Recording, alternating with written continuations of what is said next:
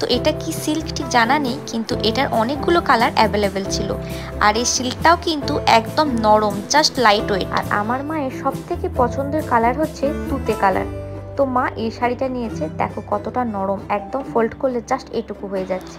এত নরম আর এত হালকা, হাতে করে না দেখলে বোঝাই যাবে না। আমার মায়ের পছন্দের কালার আবার তুতে কালার। তো ব্যাস, মা তো পেয়ে গেছে তুতের ভিতরেও দুটো কালার অ্যাভেলেবেল ছিল। এই শাড়িগুলোর কি নাম ঠিক জানা নেই, দেখুন কতটা নরম। তো মা তুতে কালার পছন্দ করে ফেলেছে। দিদি বলেছিল যে দিদি শাড়ি নেবে না, তা দিদির জন্য চুড়িদার নিতে। চুড়িদার মানে শর্ট কুর্তি যেগুলো হয়। তো উপরে চলে এলাম।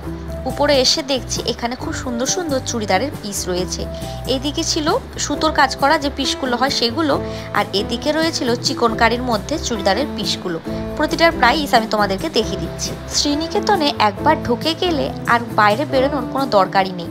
মানে একই ছাদের তলাতে আপনি শাড়ি, ওয়ান পিস, চুড়িদার, কুর্তি, ছেলেদের জামাপত্র, বাচ্চাদের জিনিস সমস্ত কিছু একই ছাদের তলায় পেয়ে যাবেন। এরপর দিদির কিনবো। দিদি তো বলেছে ওর জন্য সিম্পলের ভিতরে শর্ট কুর্তি কিনতে, তো এখন আমরা সেটাই দেখছিলাম।